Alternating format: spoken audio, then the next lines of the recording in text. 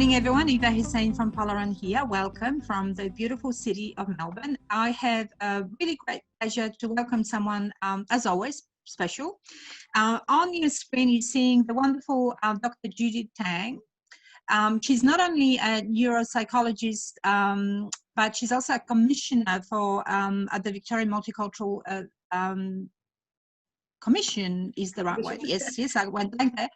Good morning to you, Dr. Judy. Morning, Ava. Judy's fine. Okay, cool. We'll drop the doctor. Although you do wear many hats, and one of them is the commissioner. But tell us, what else do you do? And you do many wonderful things.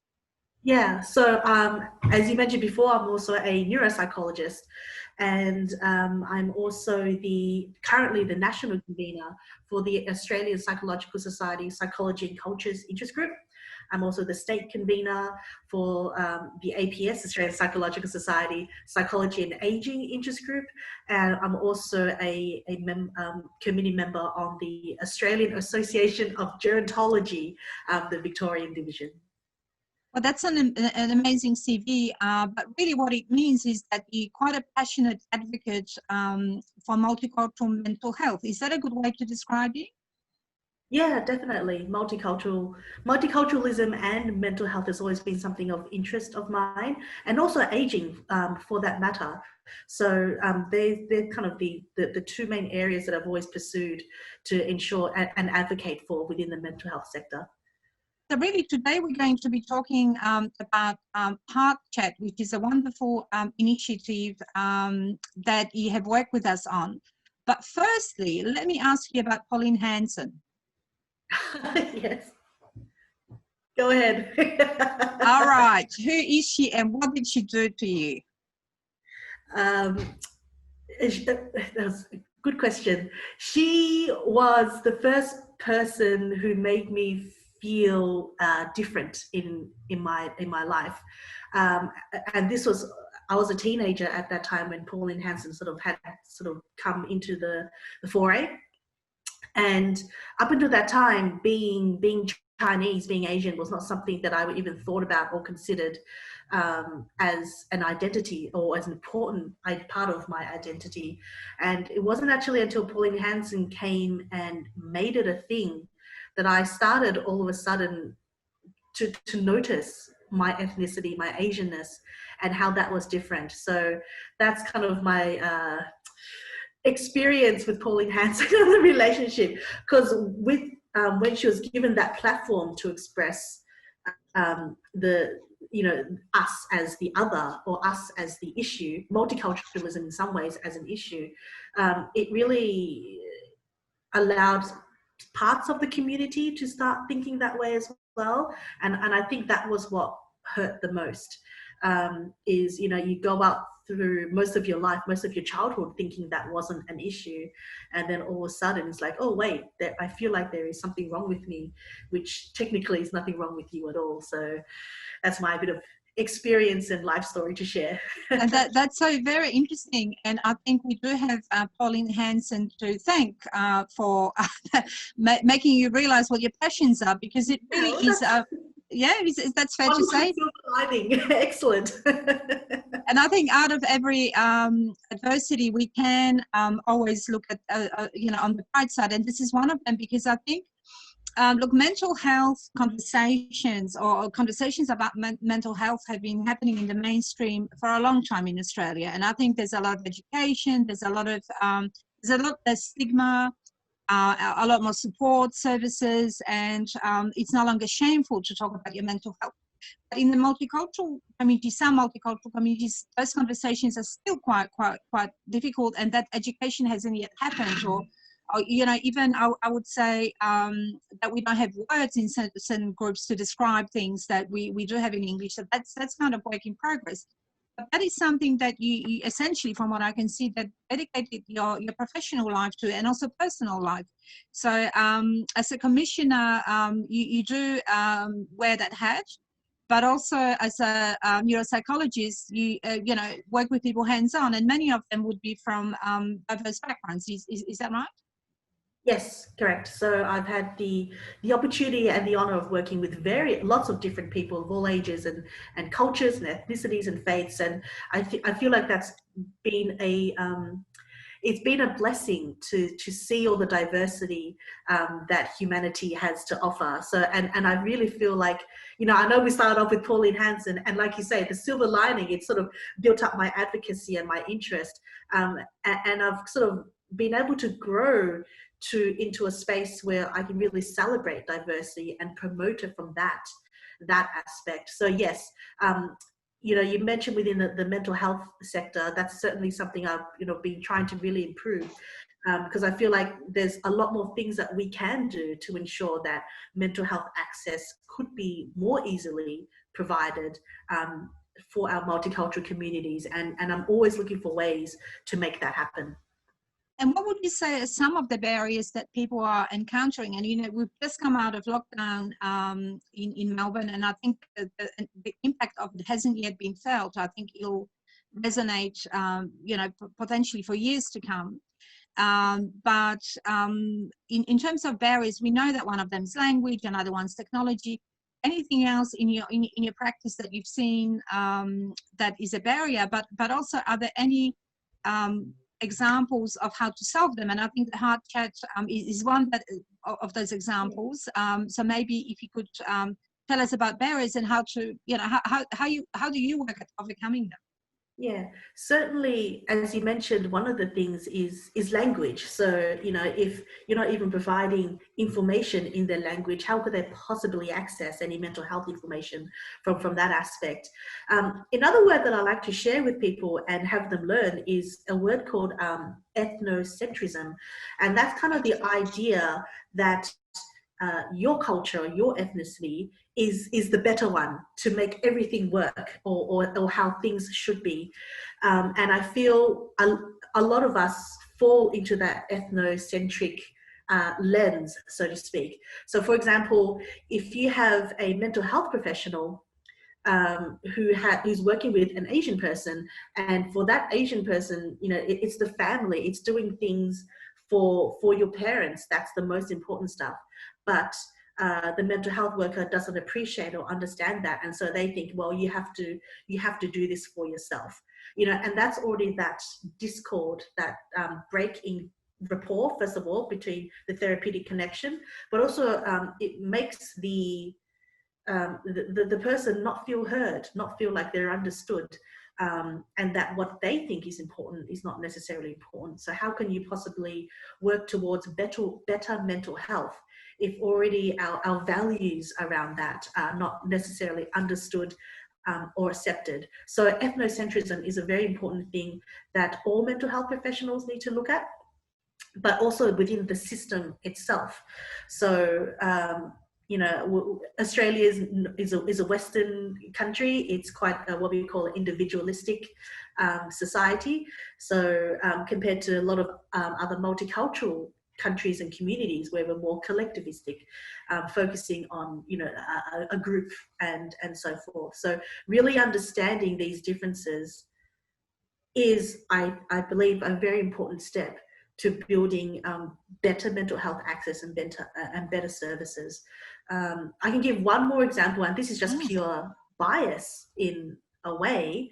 They've actually did some research a while back where white therapists rated Asian clients as perhaps more worse off than they actually are. But then on the flip side, Asian therapists rated their white clients as also being, you know, a bit more unwell than they would be. So it goes both ways. It goes every way. At the end of the day, it's being really mindful about your bias and being honest with that, so that you can be a better professional and provide better mental health.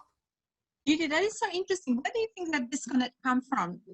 Is it really from bias, or just systems aren't being really geared towards you know, more flexibility? And I think we've come such a long way this year alone, because I think, you know, everything moved online, which is inclusive and exclusive at the same time, because there are people and, you know, if you're working in the elderly care or that space, you'd know that it is a challenge for many people. but on the other hand, it's brought people closer too. And something like an app can work really well, or it can work not so well. So how did you approach it? Like, first of all, who's come up with the idea? Why? What does it do? And why should everybody use it? You mean HeartChat? Yeah. Oh, definitely. Happy to talk about HeartChat. Please do. So, you know, with COVID and everything that happened, VMC, the Victorian Multicultural Commission, decided that we had to do more for the community somehow. And given that mental health was my area of interest, and I've always wanted to improve accessibility, like I said before, I thought, well, the first thing we try to do is to create a website where we can make it easier for a person to find a mental health professional that speaks their language or is the same cultural or same faith.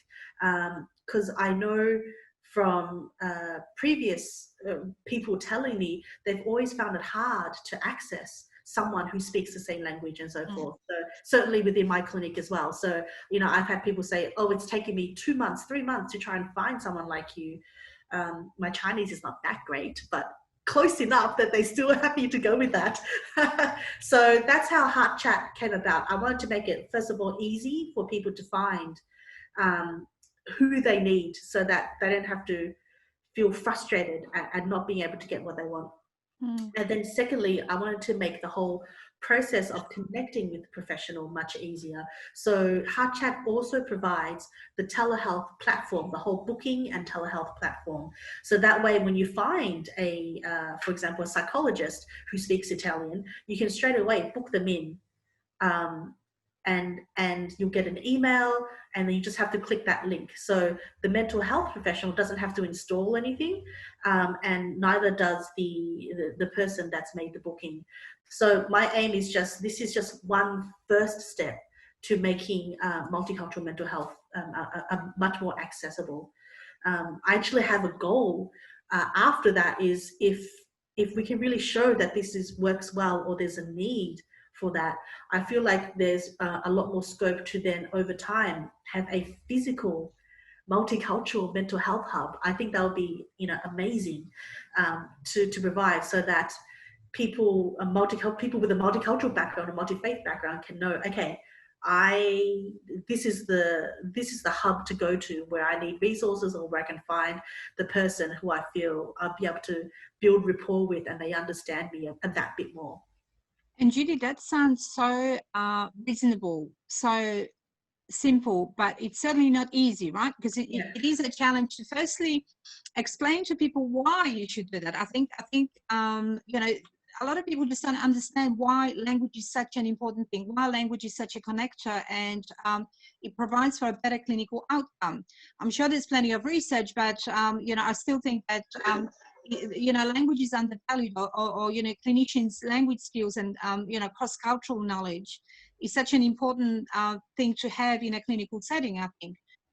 You know, especially for people that are experiencing mental health issues. So what were some of the challenges that you experienced?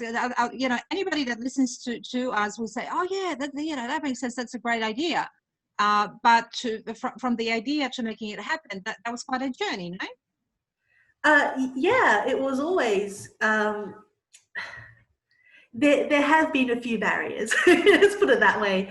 And the main one is probably a systemic one, in the sense that sometimes they really split up. Government has split up, for example, the mental health funding and the multicultural funding. So that means if you want to go to the mental health sector for funding to support our multicultural communities, they could could easily say, well, that's a multicultural thing, go to them. And then when you go to the multicultural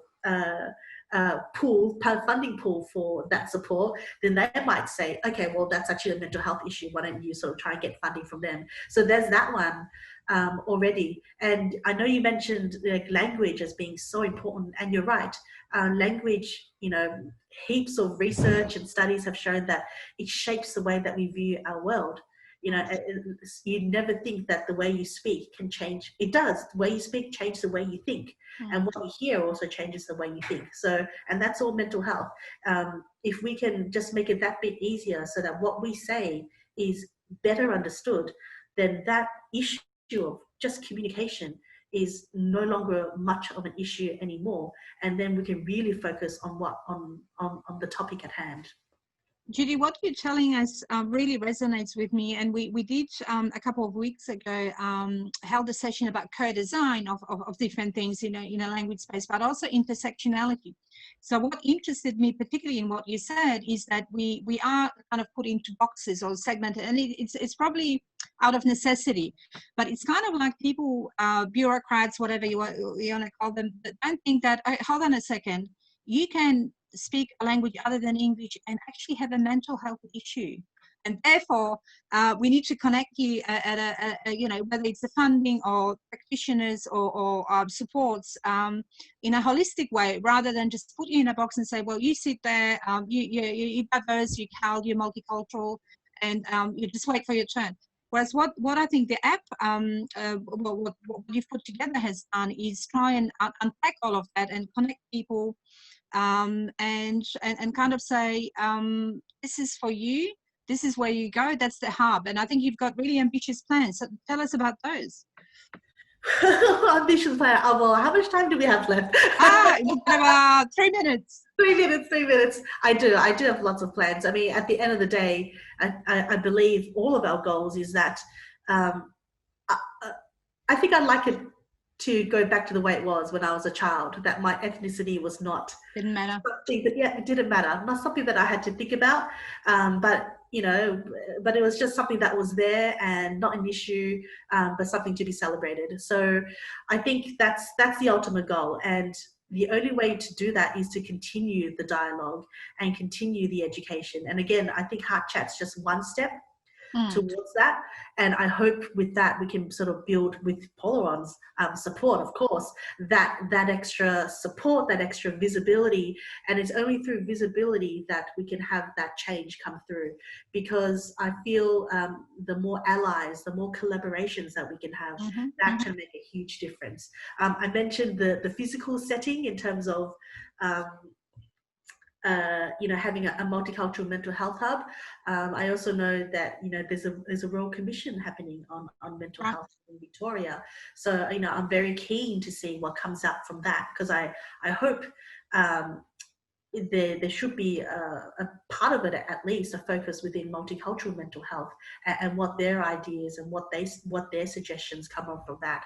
And I feel from there we should be able to make much more solid steps on next steps within the system, at a government level as well. Because if we can't change that from a top down, there's the people suffer. The people don't turn out, don't receive the services that they deserve at the end of the day. Right, and I think that does create the cost to the community in the end, and not this human cost of somebody not being supported, but eventually a lot of people end up in a crisis situation, which is stressful for families, for carers, for everybody, but also puts extra pressure on the system, and then it ends up costing more. So I think initiatives such as HeartChat are really important to support and view as it is innovation. It's certainly not rocket science in terms of the principle of it, but it is much harder to make it a reality, I guess, than people think. So for that, I wanted to really congratulate you, and we were very, very pleased to work with you, and we've also worked out that our networking, hanging around the VMC and going to functions. I know that Nicholas has chased you, very kindly. But it's a really good example also of collaboration and making things happen. So it is your brainchild. You kind of, I'm imagining, woke up one morning and thought, this isn't working, what do I do?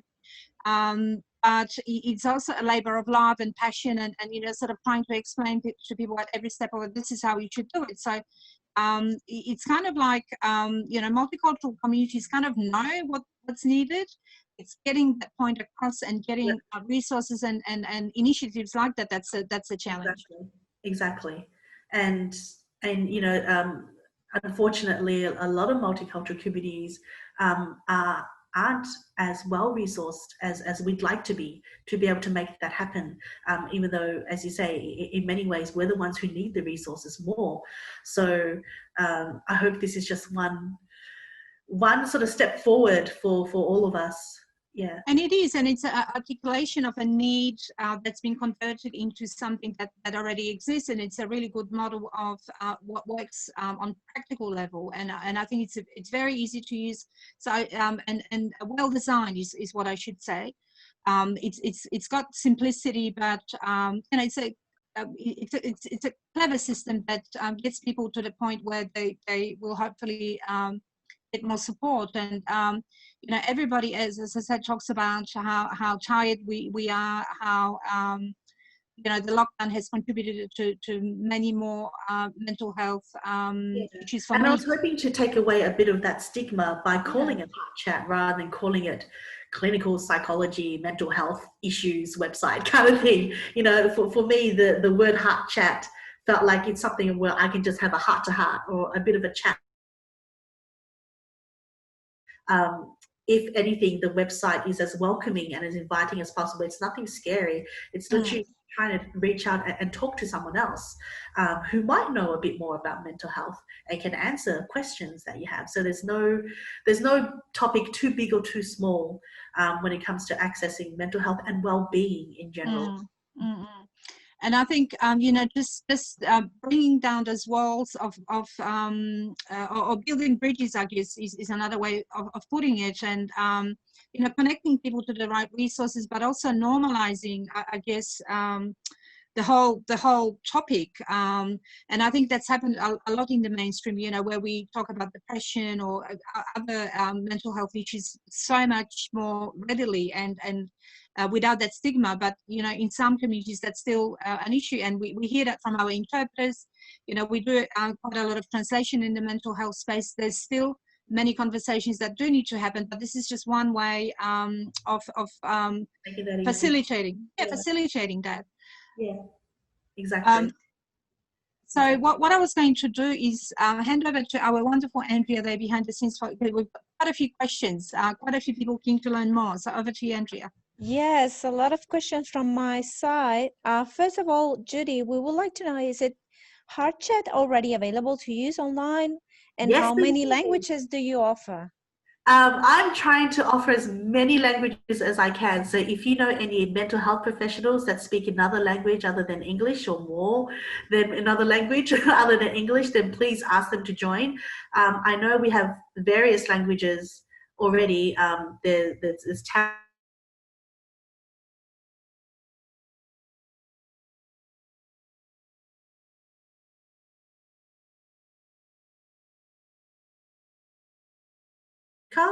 there's Malay, there's Yoruba. I'm looking at the website now. That's Bulgarian. There's Hindi, Marathi, Fijian Hindi. So we have quite Turkish, Vietnamese, Greek. So we have quite a variety now, but obviously I want more. I'm never going to be satisfied with what I have. So the more people join as professionals to provide your services, the more that we can provide what we do to our communities. So you can check out the website. It's heartchat.com.au.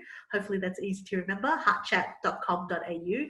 And then, yeah, you can easily reach out to me there. That's great. We'll post it on all our social media. Are there questions, Andrea?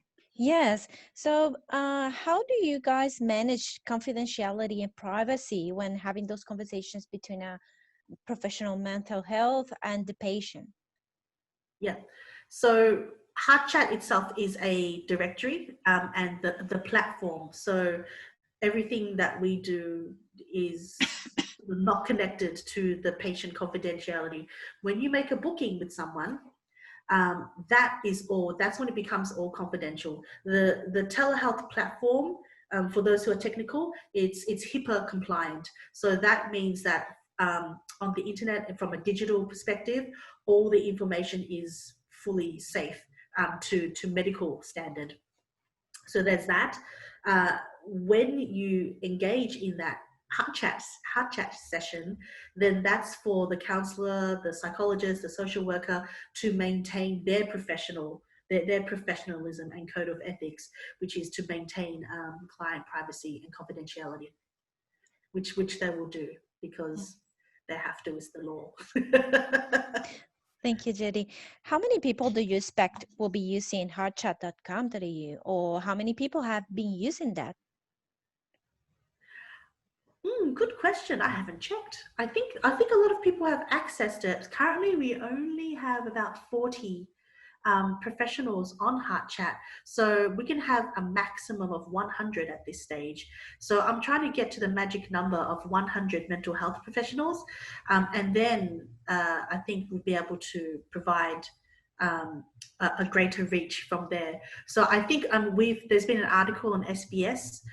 It's about getting the visibility out there to get more and more people knowing about it. So I think people have definitely accessed it. How much, I don't have the number, but certainly I've received feedback and a couple of emails and phone calls to say that they've accessed it, and thank you for that. Yeah. Thank you. How difficult or easy is it to implement translated content onto a website? What does that process entail? You should ask Polaron that. It wasn't easy. First of all, I did my best to use simple and straightforward language, so that I didn't want to use too much medical terms or anything that would make the website not inviting. So that was the first thing. So making sure that the English was simple enough, and then I handed it over to the lovely Polaron to make all their translations, and then I handed it over to the web developer to make sure that they could put all that up onto the website, and hopefully it's as accurate as it can be. I know there have been some teething issues from a tech perspective. So, I thank everyone for their patience and feedback, and we're always trying to make HeartChat a better website from that perspective. Judy, we must say thank you for your bright and sparkly personality, because that makes a big difference to work with someone that's understanding and positive. Like, we've come out of such a difficult time, but just seeing you smile and having that enthusiasm makes me happy, personally. But I think it's good to surround yourself with positive people like you and showcase positive stories, because there's so much to complain about. But on the other hand, when we can see, a practical, very creative, very innovative way of connecting people, that is something we should celebrate. So everyone, I encourage you very strongly to have a look at the app website. It's heartchat.com.au. We'll put it up on our social media. And I think it is a fantastic initiative, and I'm really admiring of you. And I do have to say thank you to Pauline Hanson for yes, doing something to energize you and push that agenda forward, because it is really important. At the end of every website, at the end of everything we do, there's a real person, and even if we've made a difference to one human being, that is all we ask for. So Judy, I'll hand over to you for last few words, but I'm so grateful for your time and also for the initiative, and to VMC who are leaders in trying to facilitate that communication. And nobody says it's easy, but that's one example of something that works really effectively, and I encourage everyone to have a look at it. Yeah, thank you so much for giving me the opportunity to share a bit about myself and also about HeartChat. And again, I would love to invite everyone to just check out the website. It's heartchat.com.au, but you can also reach out to us via email, which is hello@heartchat.com.au. And hopefully we'll have much more things and projects we can do together to improve mental health for all our multicultural and multi-faith communities. Judy, you're quite an inspiration. Thank you so much for your time, and we're all feeling better for having spoken to you, and we're all feeling better for knowing that there's something out there for people that will need to be connected to mental health practitioners who speak other languages and have that cross-cultural understanding. So with that, I will finish our session. Thank you so much, and everyone go to heartchat.com.au. Perfect. Thank you. Thanks, Judy. Thank Bye. you. Bye.